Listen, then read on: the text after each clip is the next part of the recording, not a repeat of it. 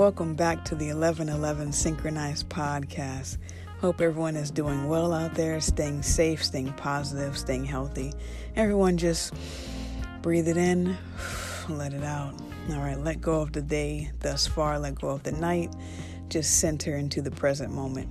So if you have any topics, requests, anything you want to hear covered on this channel during the season, please send them to my inbox at Agent K21 Podcast on Instagram or at Agent K21 on Instagram and Twitter.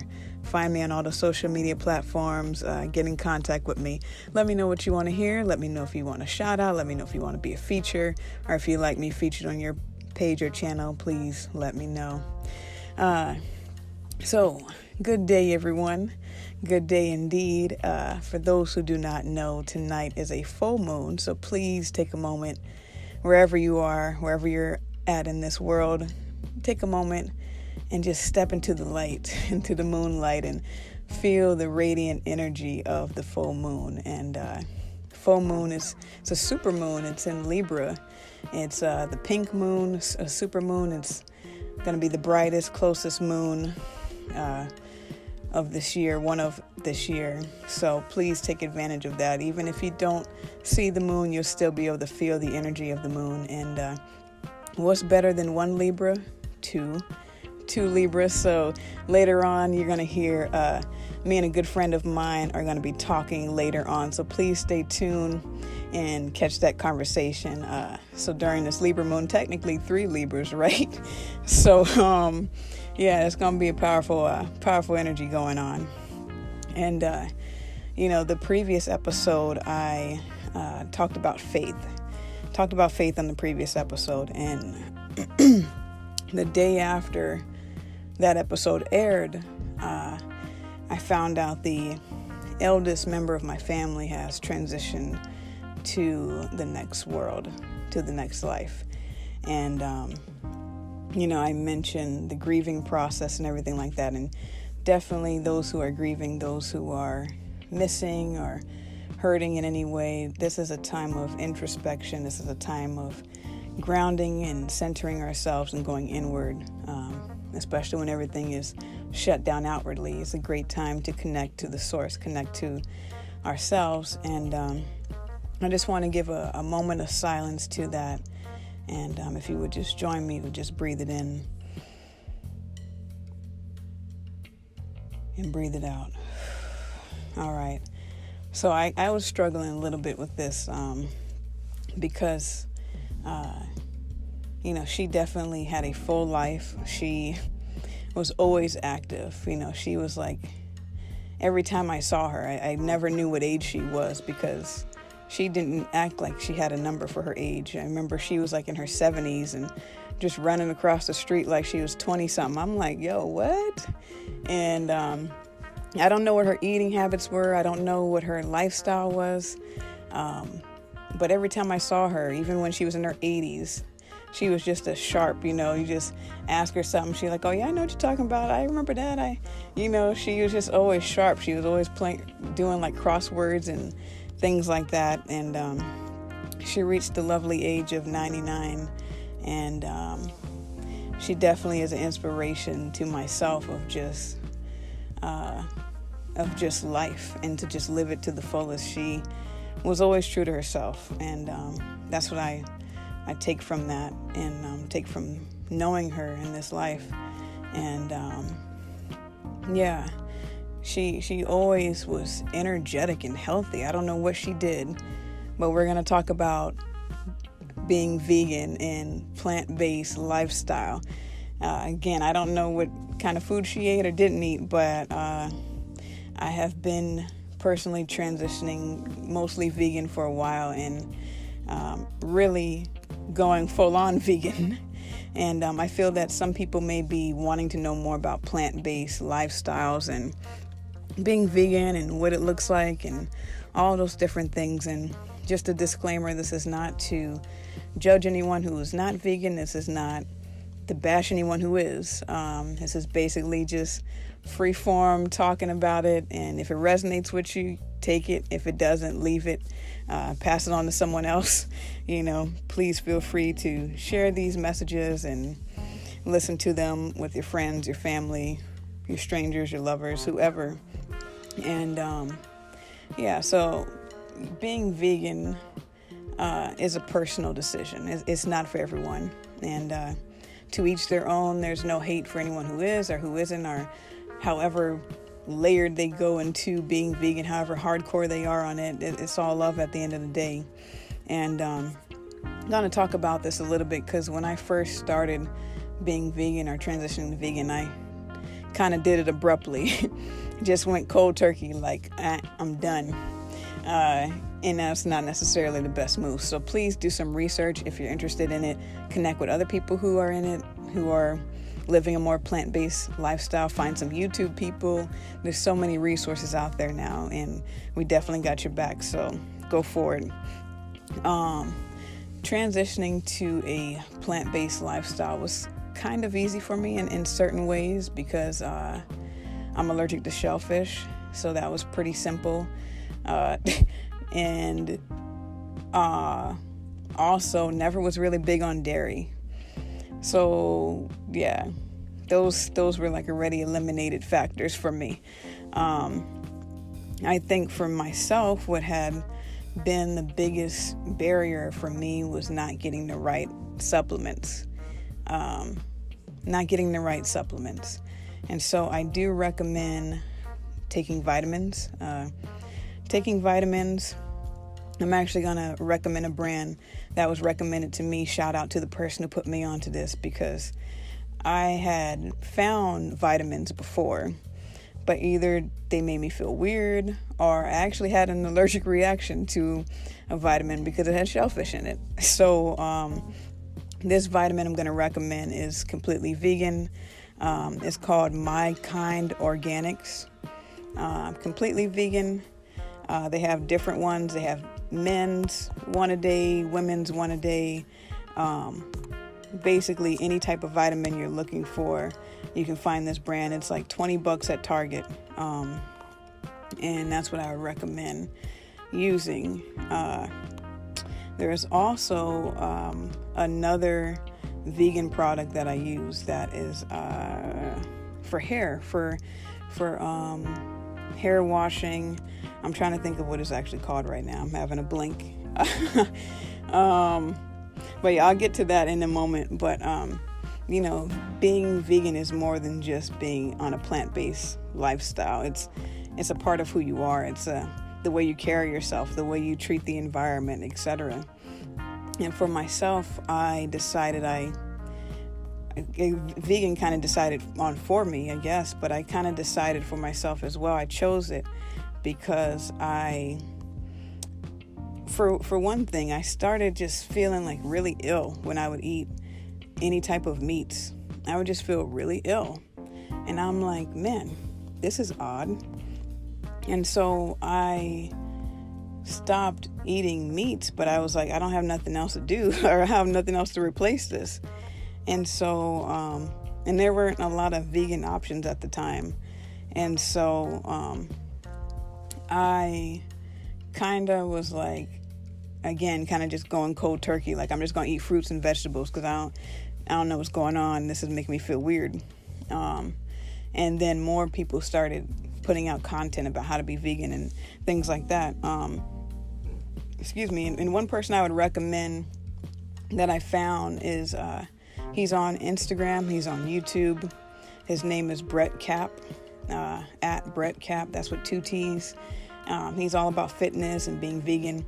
Some of you may know of him through Carly Bible. For those of you who are in the makeup industry, the beauty industry, she's a beauty blogger and they dated for a long time. Anyway, I really vibe with him, and I found him by way of her. But so I want to give a shout out to him because he's also really into the plant-based lifestyle. Another YouTuber who's into the plant-based lifestyle. Some of you may know this person. His name is Ralph Smart at Infinite Waters. He does a lot of videos, a lot of YouTube, a lot of stuff on Instagram, etc. I found a lot of people through him and through finding those different connections. So I would also recommend those 2 people to follow and to listen to, and also the feature that I have later on at Zenny Zen Master. I'm going to have his information in the description box because I don't remember his Instagram tag right now, but I'm going to have his information in the box below so that you guys can follow him as well. And the hair product that I use is a vegan based non-cruelty shampoo, conditioner. They have a whole line of stuff. It's called Fortified Naturals. So that's Fortified Naturals. That's FORTIFYD Naturals. NATURALS. Now it's for all hair types. Really affordable products there. I think it's on their website. I believe their website is also in their link on their bio on Instagram. So please hit them up, find those products. But yeah, where was I? So for myself, I kind of just was like not feeling the foods I was eating. I was starting to feel like really sick. But I was like, man, this is odd. And I started learning more about just how to go plant-based. And I started meeting more people who were vegan themselves. And a lot of them were like, have you seen this documentary about this and that and all of this stuff? And I'm like, nah, I don't really watch that kind of, And for some people watching those documentaries of, the toxicity and of the factories and the meat chambers and the butchers and all that kind of stuff, I'm a little squeamish, so I don't be watching that. But I had this epiphany, if you will. I had this moment of clarity where I was meditating or something, and or watching something on YouTube. I'm not exactly sure, but I just had this feeling of seeing this whole process being seeing an energy transference of the animals into our bodies. And I saw it. It was really interesting. And then I saw something else, or I read something, or what have you. Either way, somehow this knowledge came to me of just this feeling of like, I don't want to ingest anything that was killed in trauma, because that trauma is infused in their DNA. So if I'm eating an animal that was slaughtered, that pain, that turmoil is actually going in my body. And it was just that alone was like, you know what, that's probably why, not feeling this. And as our bodies adjust to the new templates and the new spiritual awakenings that may happen, some things that were okay may not be okay anymore. The new normal starts to integrate more and more. And, it can be a push and pull. It can be a lot of resistance to not want to let go of the familiar or let go of anything. I would say don't move until you're ready. Wait until you're ready. No one is obligating you to do anything. Your spirit will nudge you and bug you if that's really your path and what you're supposed to do. So find the ways that work for you and be healthy about it. And so, yeah, you got to kind of use the logic and the practical side on how to actually transition to vegan that works for your life. And so, I've been on and off of being vegan for a while now, and started kind of going back to square one of like, okay, instead of just going ape on this, let me go one a day of, 1 day of the week I'm going to be vegan. Every other day I can do whatever.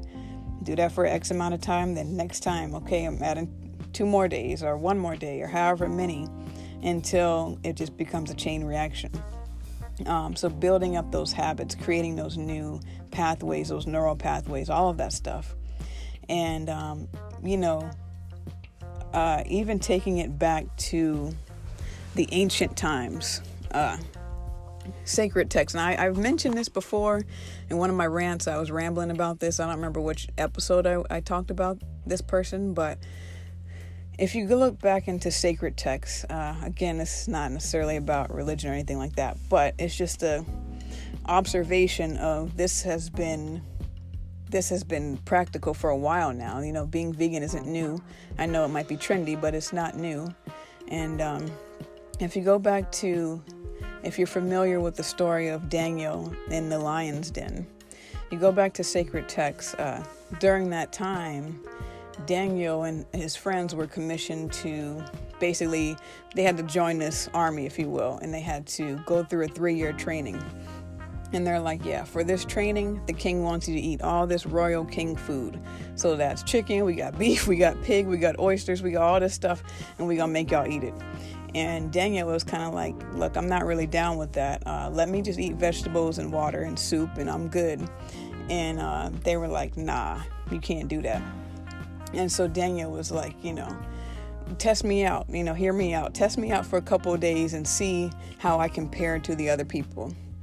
And they gave him 10 days, him and his friends, 10 days to just have a vegetable, vegan, plant-based life. And after the 10 days of testing, Daniel and his friends looked more healthier than the other people who were eating all the king's food. Basically, there has been studies of all of us getting the nutrients we need from plant-based stuff. So, if you're worried about not getting the right amount of protein or, not getting the right supplements, it's all about how you do it. It's all about how you do it and how you find the ways to get those vitamins and all that stuff. And there also was a documentary released in 2018 called The Game Changers. And it's basically like for the athletes and for the people who feel like I must consume meat or else, The Game Changers talks about athletes and, weightlifters and bodybuilders who are vegan. And so if you're worried about muscle mass or anything like that, and you feel like, yeah, I can't do that because of that reason, there are alternative ways to kind of navigate this. And again, this is not necessarily to convince anyone to be vegan. This is just to express why I myself am, and just having a conversation for those who may want to know how to be and who are contemplating it.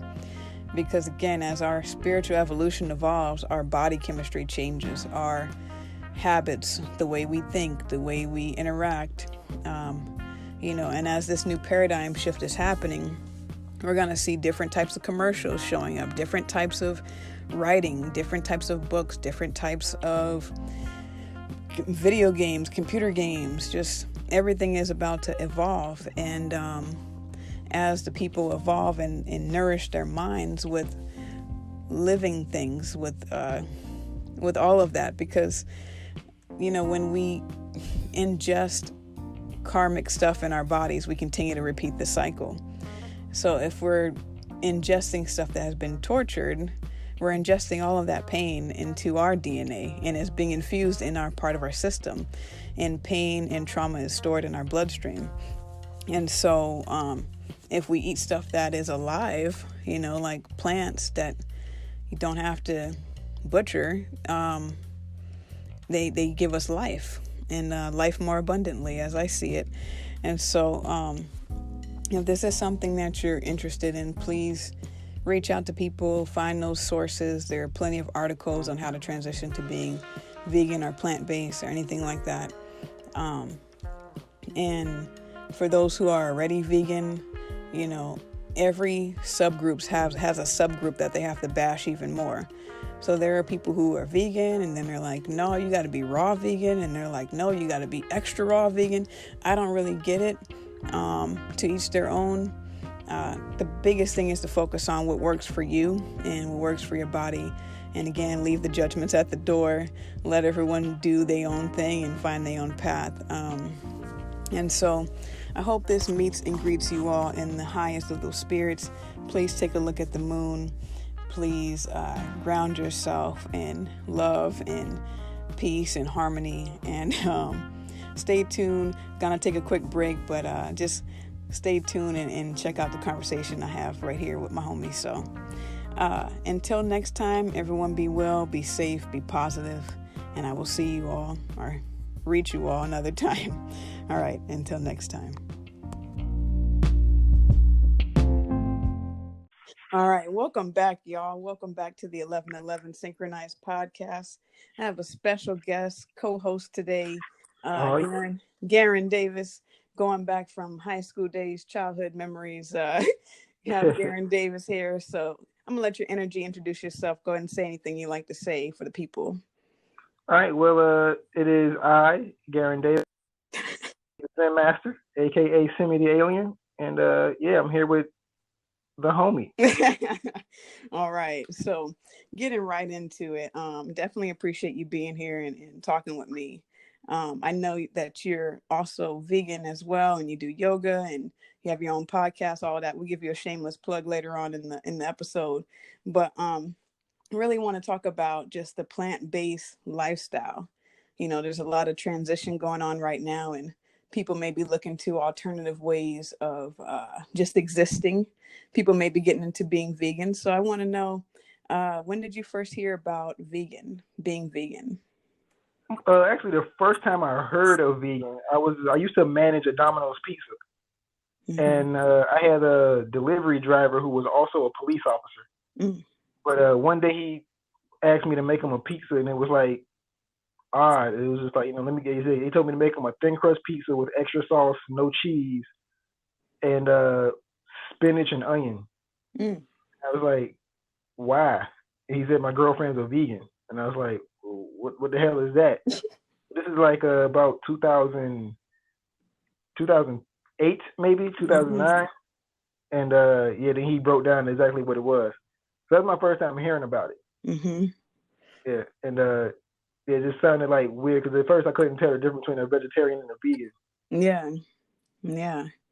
And so, when did you yourself become vegan? I became vegan about 5 years ago. Okay. And it's like hard to remember exactly when, because it's like I don't really live life like that, like paying attention to time and stuff. So it's like it just, one day I decided that I didn't want to eat certain things, and I stopped eating certain things. And then one day I realized, wait a minute, not eating all that stuff makes me a vegan. Oh, so boom. Okay. Yeah. Okay. And how long? You said about 5 years then. Okay. Yeah, about 5 years. Okay. And was there any reason that prompted you to stop eating those foods? Yeah, a couple of reasons. So it's like I like to call myself an accidental vegan. A what? An accidental vegan. Like I just stumbled into it, and it's like, oh, wait a minute, I'm vegan now. Yeah, because you know how Chris Rock, Dave Chappelle has that joke about wherever you are, you're in the hood because you'll see gun store, liquor store, strip club. Wait a minute, I'm in the hood. Right. Yeah, that's kind of like how I was. I was like, no meat, no dairy. I don't kill insects. Wait a minute, I'm a vegan. Oh. How did I end up here? Oh. Nice. So I grew up with bad acne since I was like 9 years old, and nobody really knew where it came from. And I also grew up with terrible allergies.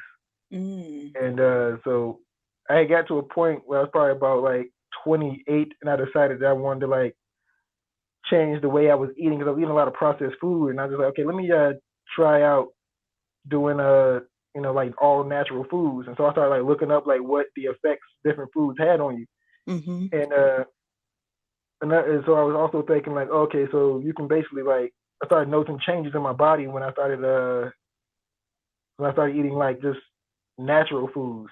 So not even really eating healthy, but I was eating natural. So I wasn't eating any processed food at all. I was doing like crazy stuff, like making my own syrup. So if I would have, want some kind of dessert or something, I would like make my own syrup and like dip fruit into it, stuff like that. And so I had the thought, like my allergies were so bad, I was like, well, when my allergies act up, my nose runs a lot and I can't breathe because my nose be so congested. And I thought about it like, all right, well, how about I just don't let my body build up mucus? So I started looking up foods that build mucus and foods that destroy mucus. And one of the main things was like dairy builds mucus. So that's what made me stop with the dairy. Is okay, cool. Let me see how this works, and it worked because my allergies got a whole lot more livable after I stopped eating dairy. And then with meat, it was just I had, while I was doing my research when I started eating naturally, I was seeing how chicken and fish stays in your system for like a week before it passes, and beef stays in your system for like 5 weeks. I could be wrong, but it's somewhere around there. Mm-hmm. So then I started doing this thing where I was like, okay, cool, I'm only going to eat meat 2 days a week. So that way, whatever I eat will be completely out of my system by the next time I eat meat. Mm-hmm. And if I eat beef, I will only eat beef like once a month. Yeah. And so I was doing that for about, I don't know, maybe a year. Once again, I don't be paying attention to time frames and stuff. And so, so like 5 days a week, I'm technically vegan. Like there's no dairy, no meat, and I'm getting my protein from other sources. And one day I had went to eat chicken, and it was like I had bought the chicken as a force of habit. Like I'm like, okay, cool, it's meat day. Let me go get some chicken. So I like bought some chicken, and I bit into it, and immediately felt stupid. Like, why am I eating an animal when I know I don't have to? Because also by this time I already started feeling like I didn't like the meat industry. Like I just felt like, not really the industry, but just like the whole system, including consumers. Like I felt like it's too much unnecessary death that goes into our everyday lives, where it's like, okay, like you go to, like you look, like you drive around here in Virginia, you'll see like a billion restaurants. Like you can't throw a rock without hitting a restaurant. And it's like, I know because I used to manage a restaurant that there's a lot of waste in the food industry. Like if you're doing your job properly as a restaurant manager, you're throwing away a lot of food. And that's if you're doing your job right. Like because you're supposed to keep fresh food in and expire food out. So even within restaurants, we're like throwing away a lot of food. And it's like, okay, so basically by the end of the week, you done threw away like 5 pigs and 20 chickens and 2 cows in the trash can. And so it's like, did these animals have to die just to end up in a fucking trash can? Right. You know? And so by that time I was already like, well, I don't like it, and it's too much unnecessary death. And so that one day when I finally bought the piece of chicken and I bit into it and felt stupid, it was like, well, why am I even a part of this system anymore if I know how to survive without meat? I do it 5 days a week. Fuck it, make it 7. Right. And so from there, I went to start looking through all of my skincare, hair care, like all of my products, and I'm like, I'm only buying shit that's cruelty free. Right. And once again, back to the Dave Chappelle joke, it's like, oh shit, cruelty free, no eggs, no dairy, no meat. Oh shit, I'm vegan. Right. Just stumbled upon you, it happens like that. So long story long, that's how I became vegan. Nice. Well, thank you for sharing that. And I was going to ask also if there's any foods that you miss, if you have any cravings, but it sounds like you kind of got it all out your system. Because I'm still human, and I did like to eat. So it's like the only food that I haven't been able to replace for real is I'll say hot wings. You can't really. I found some stuff that like will taste like hot wings, but nothing gives you that same feeling of like ripping the flesh off the bone. So like I said, I'm not your average vegan. I'll admit that meat tastes good. You know what I'm saying? Yeah, but hot wings. I miss hot wings. So I guess the cauliflower hot wings don't do it for you. They don't do it. Gardein. What? How do you pronounce that brand? That Gardein or something? I don't know. But they have these chicken tender things that I bake those and I cover them in hot sauce. Those are like pretty. They got the taste down. It tastes right, but it's still the same, Yeah. It's like boneless chicken wings when I was eating meat. I said, give me them flats. You know what I'm saying? Give me them sticks and them flats. But anyway, yeah. So that's it. That's basically it. Okay. Do you still eat honey? Yes. So okay. I'm not a complete vegan because of that. But once again, that's because of my allergies. So I use local honey in my tea and to help with my allergies, and that works. Yeah, I think there's layers to it, and I feel like there can be a lot of vegan shaming in the community, which I don't quite understand. But there's definitely different layers to it, and I think finding what works for you, for your body type, is most important. Yes, exactly.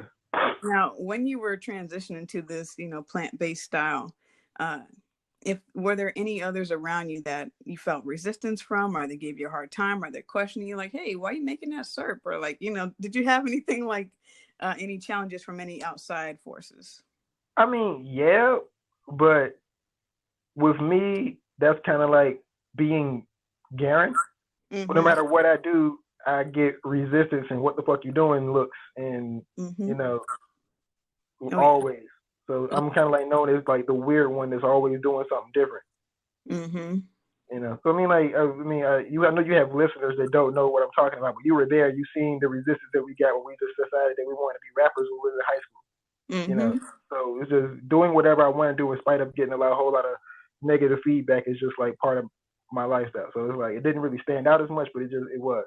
So I still have like family members making little quick jokes about me not eating meat, which is weird because the same ones that's making jokes were the ones that were vegan before I was, and then they stopped. So it's like that shit was kind of odd.